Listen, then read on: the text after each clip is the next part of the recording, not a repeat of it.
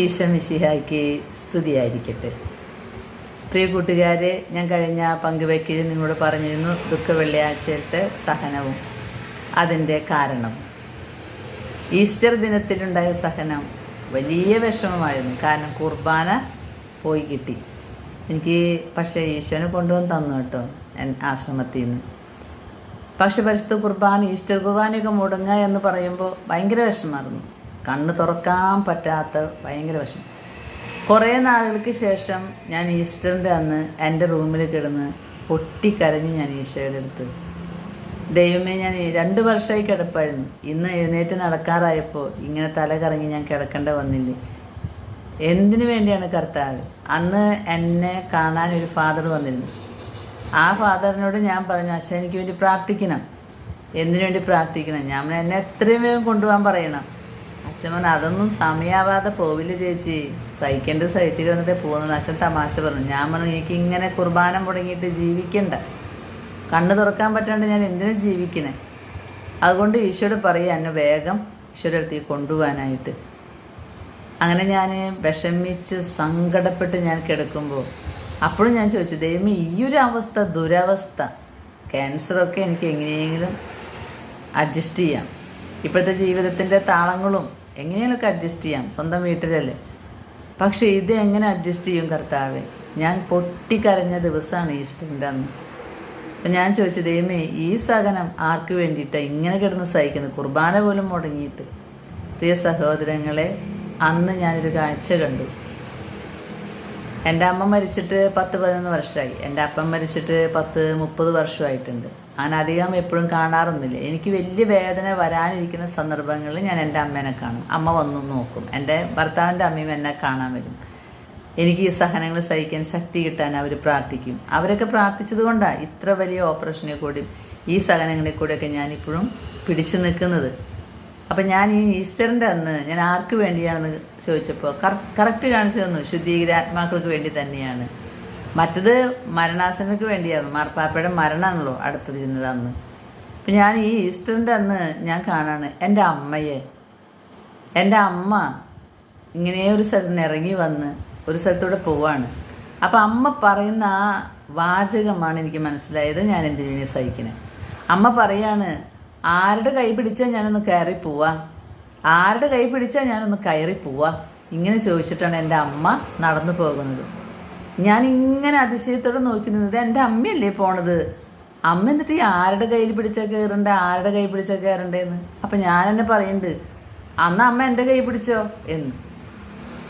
അത് സ്വപ്നത്തിൽ പറഞ്ഞതാ. പക്ഷെ പിന്നെയാണ് എനിക്ക് മനസ്സിലായത്, എൻ്റെ സഹനങ്ങൾ ശുദ്ധീകരാത്മാക്കൾക്ക് കയറിപ്പോകാൻ കാഴ്ചയായിട്ട് കർത്താവിന് കൊടുക്കാനാണ് കർത്താവ് ഈസ്റ്ററിൻ്റെ അന്ന് പോലും എനിക്ക് ഇത്ര വലിയൊരു സഹനം വെച്ച് തന്നെ. ഒരുപാട് വേദനയുണ്ടായൊരു ദിവസമാണ് ഈസ്റ്ററേ. അതിനുശേഷമാണ് ഞാനിപ്പോൾ ഒരു ട്രീറ്റ്മെൻറ്റിന് പോയി. ആ ഈസ്റ്ററിൻ്റെ അന്ന് ഈ സഹനം കണ്ട് ശുദ്ധീകരാത്മാക്കൾക്ക് കാഴ്ച വെച്ചതിന് ശേഷം തിങ്കളാഴ്ച വൈകുന്നേരം ഞാൻ കിടക്കുമ്പോൾ എൻ്റെ ഒരു എക്സസൈസ് കഴിഞ്ഞ് ഞാൻ കിടക്കാണ്. അപ്പോൾ തല ഇങ്ങനെ കറങ്ങിക്കൊണ്ടിരിക്കുക. എപ്പോഴത്തെ പോയിട്ടും രക്ഷയില്ല. അത് മൈഗ്രെയിൻ ഫോം മാറി, അതാണ് ഇതാണെന്നൊക്കെയാണ് പറയുന്നത്. അപ്പം നീ സഹിക്കുക തന്നെ. അങ്ങനെ ഞാൻ ബെഡിൽ കിടക്കുന്ന സമയത്ത് എൻ്റെ എക്സസൈസ്, തല കൊണ്ടുള്ള എക്സസൈസൊക്കെ, കിടന്നുള്ള എക്സസൈസൊക്കെ ചെയ്ത് ഞാൻ കഴിഞ്ഞ് ഇനിയിപ്പോൾ എന്തായാലും കിടക്കാൻ വലിയ മരുന്ന് കഴിച്ചിട്ടുണ്ട്. ഇനി രക്ഷയൊന്നുമില്ലല്ലോ, കണ്ണ് തുറക്കാൻ പറ്റുന്നില്ല. ഞാൻ എൻ്റെ തലയിണെടുത്തു. ഒരു തലയണമേ വേറൊരു തലയണ വെച്ചിട്ടാണ് ഈ ഓപ്പറേഷൻ കഴിഞ്ഞതിന് ശേഷമൊക്കെ കുറേ പ്രശ്നങ്ങളുള്ളത് കൊണ്ട് അങ്ങനെ ഓരോരോ പോസിൽ കിടന്നാലേ വേദന ഇല്ലാതിരിക്കുകയുള്ളൂ. അപ്പം അതുകൊണ്ട് ഞാൻ എൻ്റെ തലയണെടുത്ത് എൻ്റെ മേതൊരു തലയണ വെച്ച് കിടക്കാൻ തുടങ്ങിയപ്പോൾ ഞാനൊരു സ്വരം കേൾക്കുകയാണ്, എന്തിനാ തലവണ വയ്ക്കുന്നത്, തലയണ എന്തിനാ വെക്കണേ എന്ന്. അപ്പോൾ ഞാൻ ഓർത്തു, അപ്പോൾ തലവണ വെക്കണ്ടേ, തലയണ എന്തിനാ വെക്കണേ. എനിക്ക് ഇപ്പോൾ കാര്യങ്ങളൊക്കെ കുറച്ച് മനസ്സിലായി തുടങ്ങി. അപ്പം ഞാൻ മനസ്സിലായി, ഈശോ ഇതെന്തോ പറയുന്നതാണെന്ന് വെച്ചിട്ട് ഞാൻ തലവണ വയ്ക്കാതെ ആ എക്സസൈസ് ചെയ്ത പോസ്റ്റിൽ തന്നെ കിടന്ന് ഞാൻ അന്ന് ഉറങ്ങി. പ്രിയ സഹോദരങ്ങളെ, ഈശോ എനിക്ക് തോന്നുന്നു 36 വർഷമായിട്ട് ഞാൻ അനുഭവിച്ച ഈ തലകറക്കത്തിൽ നിന്നൊക്കെ ആ ഒരൊറ്റ രാത്രി കൊണ്ട് ഒന്ന് കരഞ്ഞപ്പോൾ, കരയുക എന്ന് പറഞ്ഞാൽ വല്ലാത്ത കരച്ചിലായിരുന്നത്, കുർബാന മുടങ്ങിയതിൻ്റെ കരച്ചിൽ. ഈശോ കേട്ടു. എൻ്റെ റൂമിൽ ഒരു ഈശോ ഇരിക്കുന്നുണ്ട് എപ്പോഴും.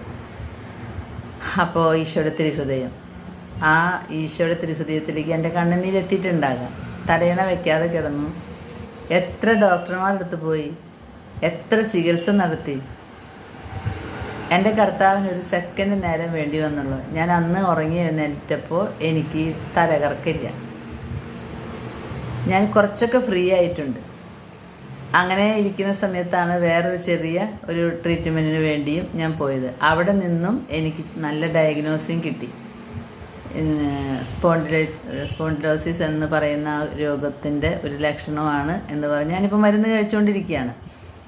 ഇപ്പോൾ കുറച്ചൊക്കെ ഫ്രീ ആയിട്ടുണ്ട്. അപ്പോൾ കർത്താവ് പറഞ്ഞു വരുന്ന കാര്യം, നിൻ്റെ ജീവിതത്തിലൊരു സഹനം ഉണ്ടെങ്കിൽ ഒന്നുകിൽ എനിക്ക് ശുദ്ധീകരാത്മാക്കളെ കയറ്റി വിടണം, അല്ലെങ്കിൽ മരണാസന്നയുടെ പാപത്തിന് പരിഹാരമായിട്ടത് സ്വീകരിക്കണം. അതും അല്ലെങ്കിൽ മൂർഖ പാപികളുടെ മാനസാന്തരത്തിന് വേണ്ടി ഞാൻ ഈ സഹനം കൂട്ടി ചേർത്ത് വയ്ക്കും. സഹിക്കാൻ ആളില്ലെങ്കിൽ മനുഷ്യരെ എങ്ങനെയാണ് പരിഹാരം കാഴ്ചവെക്കുക?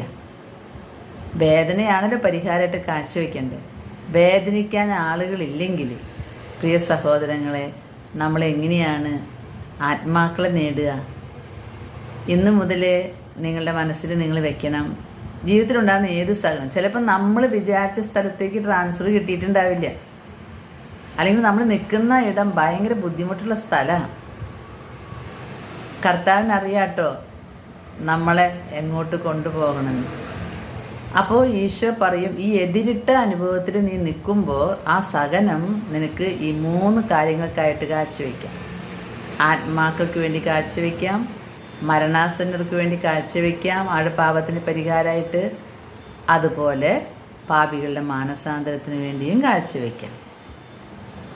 പ്രിയ കൂട്ടുകാരെ, ഓരോ ദിവസവും ജീവിതത്തിലുണ്ടാകുന്ന സഹനങ്ങളുടെ സമയത്ത് ഈ ഒരു ബോധ്യം നമ്മുടെ മനസ്സിലേക്ക് വരാൻ നമുക്ക് പ്രാർത്ഥിക്കാം. പ്രിയ സഹോദരങ്ങളെ, നമ്മുടെ ജീവിതത്തിൽ സഹനങ്ങൾ എടുക്കുമ്പോൾ എല്ലാതും ഈശോ ആഗ്രഹിക്കുന്നത് പോലെ ചിലപ്പോൾ നമുക്ക് സ്വീകരിക്കാൻ പറ്റില്ല. അതുപോലെ നമ്മൾ പുണ്യപ്രവൃത്തികൾ ചെയ്യുമ്പോൾ അതിലൊക്കെ കുറേ അപാകതകൾ വരും. എന്നും ഈശോനെ സ്വീകരിച്ചിട്ട് ഒരു പാപം ചെയ്യില്ല, ഇനി ആരെക്കുറിച്ചും ഒന്നും എതിരഭിപ്രായം പറയില്ല എന്നൊക്കെ വിചാരിച്ചിട്ട് നമ്മൾ ഇറങ്ങി കുടുംബജീവിതത്തിൽ ഓരോ പ്രശ്നങ്ങളും ഓരോ വ്യക്തികളെ കണ്ടുമുട്ടുമ്പോൾ നമുക്ക് കുറേ വിഷമങ്ങളൊക്കെ വരും. പണ്ട് കഴിഞ്ഞ കാര്യങ്ങളും ചതിപ്രയോഗങ്ങളും പിന്നെ അങ്ങനെ കുറേ കാര്യങ്ങൾ നമ്മുടെ മനസ്സിൽ കൂടെ കടന്നു പോകും. അപ്പോഴൊക്കെ നമ്മുടെ ഈ പുണ്യപ്രവർത്തികളുടെ യോഗ്യത കുറഞ്ഞു പോകും. നമ്മളാരും വിശുദ്ധരല്ലല്ലോ, അതുകൊണ്ട് നമുക്ക് ചെറിയ ദേഷ്യങ്ങളൊക്കെ വരും. ആള് ഇങ്ങനെയൊക്കെയാണല്ലോ പണ്ട് പറഞ്ഞിരുന്നത്, ഇപ്പം ഇങ്ങനെയ്യ എങ്ങനെയൊക്കെ നമ്മൾ ചോദിക്കും. ഞാനൊക്കെ അങ്ങനെ ചോദിക്കും, ഇതിപ്പോൾ എന്താ അങ്ങനെ മറച്ച് സംസാരിക്കണേ, ഇതല്ലല്ലോ പണ്ട് പറഞ്ഞിരുന്നത്, ഇപ്പോൾ ഭാഷ മാറിയോ എന്നൊക്കെ മനസ്സിൽ വിചാരിക്കും. ചിലർ നന്മയുടെ കുറേ മധുരമായ വാക്കുകളൊക്കെ പറഞ്ഞിട്ട് ഉള്ളിൻ്റെ ഉള്ളിൽ വേറെ ചിന്തിക്കുന്നവരുണ്ട്. അതൊക്കെ ഈശോ പെട്ടെന്ന് മനസ്സിലാക്കി തരും. ചിലരൊക്കെ എൻ്റെ പോലെ പെട്ടെന്ന് സത്യമില്ലാത്തത് കണ്ടു കഴിഞ്ഞാൽ അപ്പം തന്നെ പ്രതികരിക്കും, ഇതൊന്നല്ല ശരി, ഇത് തെറ്റാണ് എന്ന് ഓപ്പണായിട്ട് പറയും. രണ്ടും നല്ലതല്ല, എല്ലാത്തിനും സംയമനത്തോടു കൂടി പറയണമെന്നാണ് ഈശോ പറയണത്. അപ്പം നമ്മളുടെ സൽപ്രവൃത്തികളിലൊക്കെ യോഗ്യത കുറവുണ്ട്. നമ്മൾ ചെയ്യുന്ന സൽപ്രവൃത്തികളിൽ നമ്മൾ ഉൾക്കൊള്ളുന്ന കുർബാനയിൽ യോഗ്യത കുറവേ ഉള്ളൂ. യോഗ്യതയോടു കൂടി എവിടെയാണ് കുർബാന സ്വീകരിക്കുന്നത്? നമ്മളൊരു ജപമാല ചെല്ലുമ്പോൾ അതിൽ കുറേ യോഗ്യതകൾ കുറവുണ്ട് പ്രാർത്ഥനകളിൽ. അതുപോലെ നമ്മൾ എത്ര പ്രാർത്ഥിച്ചാലും നമ്മുടെ പ്രാർത്ഥനയുടെ ലക്ഷ്യം ഉള്ളിൽ വേറെയാണെങ്കിൽ ഫലം കുറവായിരിക്കും. അപ്പോൾ നമുക്കൊരു കാര്യം അറിയാം, ഈശോ പറയുന്ന പോലെ, ഈശോ ആഗ്രഹിക്കുന്നത് പോലെ, പരിശുദ്ധ അമ്മ ആഗ്രഹിക്കുന്നത് പോലെ നമ്മുടെ ഒരു ദിവസത്തിൽ നമുക്ക് ഒന്നും ചെയ്യാൻ പറ്റിയിട്ടില്ല. അങ്ങനെയാണ് മനുഷ്യർ, പാപികളായ മനുഷ്യരുടെ പ്രാർത്ഥനകളും എന്ത് പ്രവർത്തനങ്ങളും ജീവകാരുണ്യ പ്രവർത്തനങ്ങൾ വരെ ചെയ്യുമ്പോൾ അതിൻ്റെ ഉള്ളിൽ കൂടെ നമ്മുടെ യോഗ്യത നശിപ്പിക്കുന്ന കുറേ കാര്യങ്ങളുണ്ട്. അത് ചെയ്യുന്നവർക്ക് പോലും ചിലപ്പോൾ അറിയില്ല നമുക്കൊന്നും.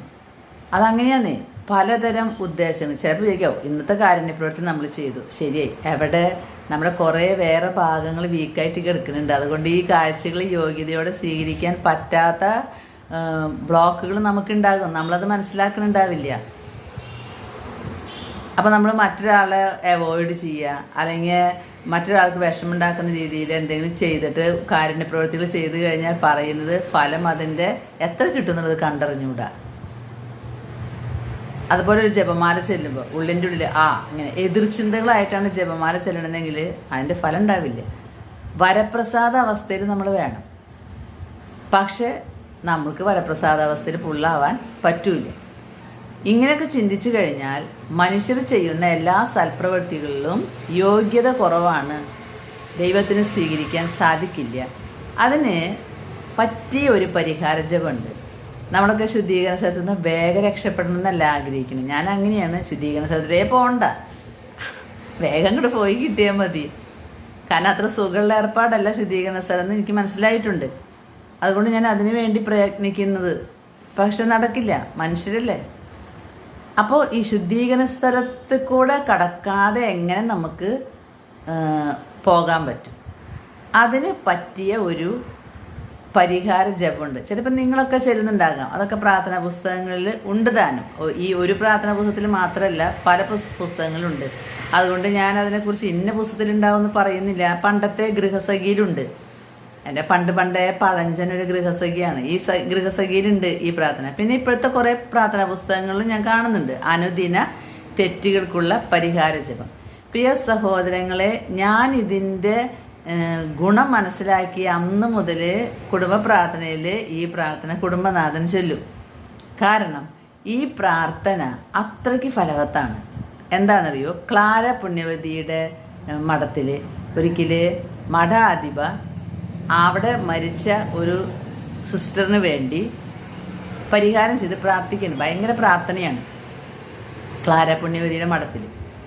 അങ്ങനെ ഈ മരിച്ച കന്യാസ്ത്രീ ഒരു ദിവസം കഴിഞ്ഞപ്പോൾ പിറ്റേ ദിവസം തന്നെ ഈ മഠാധിപയ്ക്ക് പ്രത്യക്ഷപ്പെട്ടു. എന്നിട്ട് പറഞ്ഞു, അമ്മ എന്തിനു വേണ്ടി ഇങ്ങനെ പ്രാർത്ഥിക്കണേ? അപ്പോൾ പറഞ്ഞു, ഞാൻ നിനക്ക് മോചനം കിട്ടാൻ വേണ്ടിയിട്ട്, നീ ശുദ്ധീകരണ സ്ഥലത്ത് കിടന്ന് പെടയല്ലേ, നിനക്ക് വേണ്ടി പ്രാർത്ഥനകൾ ചൊല്ല എന്ന് പറഞ്ഞു. അപ്പോൾ ആ മരിച്ചുപോയ കന്യാസ്ത്രീ പറഞ്ഞു, അമ്മേ പ്രാർത്ഥിക്കണ്ട എനിക്ക് വേണ്ടി, ഞാൻ എല്ലാ ദിവസവും അനുദിന തെറ്റുകൾക്കുള്ള പരിഹാര ജപം എന്ന് പറയുന്ന ആ ജപം ചൊല്ലാറുണ്ടായിരുന്നു. അതുകൊണ്ട് ശുദ്ധീകരണ സ്ഥലത്ത് കയറാതെ തന്നെ ഞാൻ ഈശോരെ കാണാൻ പറ്റാവുന്ന ഒരവസ്ഥയിൽ എത്തിയിട്ടുണ്ടെന്ന്. പ്രിയ സഹോദരങ്ങളെ, ഇതിൽ പരം നമുക്ക് ഇനി എന്താ വേണ്ടത്? നമ്മുടെ ഒരു പ്രാർത്ഥനകളും ശരിയല്ലാത്തത് കൊണ്ടും നമ്മുടെ അനുദിനം നമ്മുടെ ഭാഗത്ത് നിന്ന് കുറേ തെറ്റുകൾ വന്നു പോകുന്നത് കൊണ്ടും നമ്മുടെ ചിന്തയിൽ ദേഷ്യമനോഭാവം, നമ്മൾ ചിന്തിക്കുന്ന ചിന്തയൊന്നും ആവില്ല ദൈവം നല്ലതെന്ന് പറയുക. ഇന്ന ആളോട് മിണ്ടണ്ട, മിണ്ടിക്കഴിഞ്ഞാൽ പ്രശ്നമാണ്, അതുകൊണ്ട് നമുക്ക് മിണ്ടാതിരിക്കാം. ഒരാളോട് മിണ്ടിക്കഴിഞ്ഞാൽ അത് വ്യഭിചാരത്തിലേക്ക് കലാശിക്കുമെങ്കിൽ മിണ്ടാതിരിക്കുകയാണ് നല്ലത്. അത് പാപമല്ല കേട്ടോ. ഒരാളോട് കൂട്ടുകൂടിയാൽ അത് കൊലപാതകത്തിലേക്ക് അവസാനിക്കുമെങ്കിൽ അല്ലെങ്കിൽ മാരകമായ പാപത്തിലേക്ക് അവസാനിക്കുമെങ്കിലും മിണ്ടാതിരിക്കുകയാണ് നല്ലത്. പക്ഷേ ചിലപ്പോഴൊക്കെ നമുക്ക് തോന്നും ആ ആള് അവിടെ മിണ്ടാതിരിക്കാം, നമുക്ക് നമ്മുടെ കാര്യം കഴിഞ്ഞാൽ നമുക്ക് പോവാം. അപ്പോൾ സ്നേഹത്തിന് നമ്മൾ വിഘ്നം വയ്ക്കും. ആ ഒരു ചിന്ത പോലും നമ്മുടെ പ്രാർത്ഥനകളുടെ പരിഹാരങ്ങളുടെ യോഗ്യത കുറയ്ക്കും എന്നാണ് ഈശോ പറയുന്നത്. അങ്ങനെ വരുമ്പോൾ നമുക്ക് എവിടെ ഗതി? പരഗതി തന്നെ നമ്മുടെ ഗതി. അങ്ങനെ ആവാതിരിക്കാൻ ഈശോ കൊടുത്തിട്ടുള്ള ഒരു പ്രാർത്ഥനയാണിത്, അനുദിന തെറ്റുകൾക്കുള്ള പരിഹാര ജപം. നിങ്ങൾ എന്നും ഈ പരിഹാര ജപം ധ്യാനിച്ച് ചെല്ലണം. അത് ഇങ്ങനെയാണ്. ഞാനൊന്ന് വായിച്ചിട്ട്, നിങ്ങളുടെ ഗൃഹസഖി ബുക്കിലൊക്കെ ഉണ്ടാക്കി, ഈ പുസ്തകത്തിന് വേണ്ടി നിങ്ങൾ ഓടി നടക്കൊന്നും വേണ്ട, അത് എല്ലായിടത്തും കിട്ടും. എൻ്റെ ഒരു പഴഞ്ചൻ പുസ്തകമാണ്, എൻ്റെ അമ്മ ഉപയോഗിച്ചിരുന്ന പുസ്തകമാണ്. ഏടുകളൊക്കെ കീറിപ്പോയി പരുവായി അത്. അപ്പം ഞാൻ ഇത് വായിക്കുക. ഇതാണ്: നിത്യപിതാവേ, ഇന്നും എൻ്റെ കഴിഞ്ഞ ജീവിതകാലം മുഴുവനിലും ഞാൻ ചെയ്തു പോയ പാപങ്ങൾ പരിഹരിക്കുന്നതിനായിട്ട് ഞങ്ങളുടെ കർത്താവ് മിശിഹായുടെ തിരുഹൃദയത്തെ അവിടുത്തെ സ്നേഹം മുഴുവനോടും പീഡകളോടും എല്ലാ യോഗ്യതകളോടും കൂടെ അങ്ങേക്ക് ഞാൻ കാഴ്ചവെക്കുന്നു. പിതാവിനും പുത്രനും പരിശുദ്ധാത്മാവിനും സ്തുതി, ആദിയിലെ പോലെ എപ്പോഴും എപ്പോഴും എന്നേക്കും ആമേൻ. തൃത്വസ്തുതി. അപ്പോൾ നമ്മൾ ഇന്നും നമ്മുടെ കഴിഞ്ഞ ജീവിതകാലം മുഴുവനും ചെയ്ത പാപങ്ങൾ പരിഹരിക്കുന്നതിനായിട്ട് പിതാവിന് എന്താണ് കാഴ്ച കൊടുക്കുന്നത്? നമ്മുടെ കർത്താവ് യേശു മിശിഹായുടെ തിരുഹൃദയത്തെ ആ സ്നേഹം മുഴുവനോടും എല്ലാ പീഡകളോടും എല്ലാ യോഗ്യതകളോടും കൂടെ ഞാൻ കാഴ്ചവെക്കുകയാണ്. നമ്മുടെ പാപത്തിന് പരിഹാരമായിട്ട് ഇത് മാത്രമേ ഉള്ളൂ. ശരിക്കും നമുക്ക് എന്തുണ്ട് കാഴ്ചവെക്കാൻ? നമ്മൾ ചെയ്യുന്നതെല്ലാം യോഗ്യതയില്ലാത്തതാണ്. കുറച്ച് യോഗ്യത ഉണ്ടാകും, പക്ഷെ കുറച്ച് പാപമുള്ളത് കൊണ്ട് അപ്പോൾ നമ്മൾ നമ്മുടെ പാപങ്ങൾക്ക് പരിഹാരമായിട്ട് പിതാവിന് കാഴ്ചവെക്കേണ്ടത് നമ്മുടെ കർത്താവ് യേശു മിശിഹായുടെ തിരുഹൃദയത്തെ അവിടുത്തെ സ്നേഹം മുഴുവനോടും പീഡകളോടും എല്ലാ യോഗ്യതകളോടും കൂടെ പിതാവിന് കാഴ്ചവെക്കാം. ഇനി രണ്ടാമത്, നിത്യപിതാവേ, ഇന്നും എൻ്റെ കഴിഞ്ഞ ജീവിതകാലം മുഴുവനിലും ഞാൻ ചെയ്ത എല്ലാ നന്മ പ്രവൃത്തികളിലും വന്നിട്ടുള്ള ന്യൂനതകളെ പരിഹരിക്കുന്നതിനായി ഇതുപോലെ കർത്താവിൻ്റെ ഹൃദയത്തെ പീഡകളോടും സ്നേഹത്തോടും എല്ലാ യോഗ്യതകളോടും കൂടെ കാഴ്ചവെക്കുന്നു തൃത്വസ്തുതി.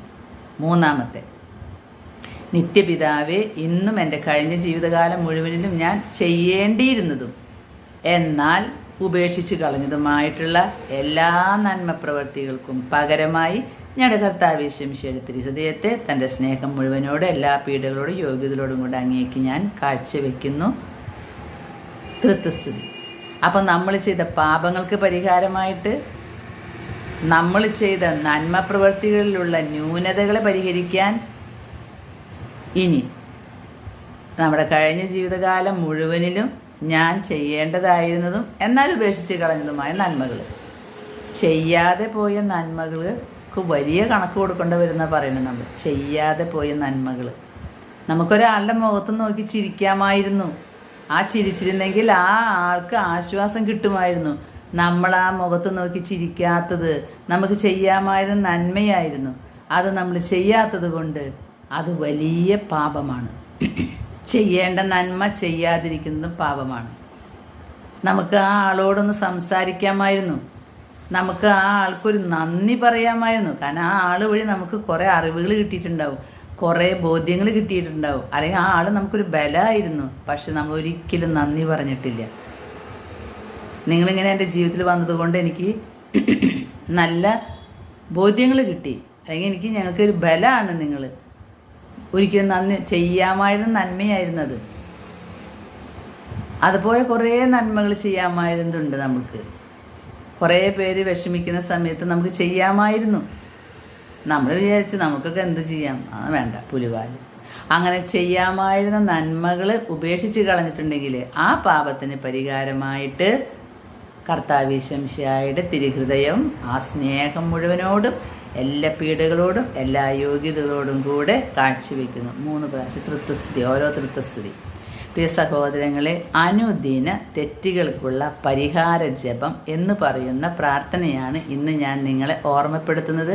ഇതെല്ലാവരും ധ്യാനിച്ച് മാപ്പ് പറഞ്ഞ് ചൊല്ലിയാൽ നമുക്കും ശുദ്ധീകരണ സ്ഥലത്ത് നിന്ന് വേഗം രക്ഷപ്പെടാം. ഞാനിന്ന് നിങ്ങൾക്ക് 2 സന്ദേശങ്ങളാണ് തരുന്നത്. നമ്മുടെ ജീവിതത്തിലുള്ള എല്ലാ സഹനങ്ങളുടെയും പിന്നിൽ എവിടെയോ ഒരു രക്ഷയുണ്ട്. നമ്മുടെ ജീവിതത്തിലെ എല്ലാ പോരായ്മകളും പരിഹരിക്കാൻ പറ്റിയ ഒരു ജപമുണ്ട്. ഇത് രണ്ടും നിങ്ങളുടെ മനസ്സിലുണ്ടാകട്ടെ.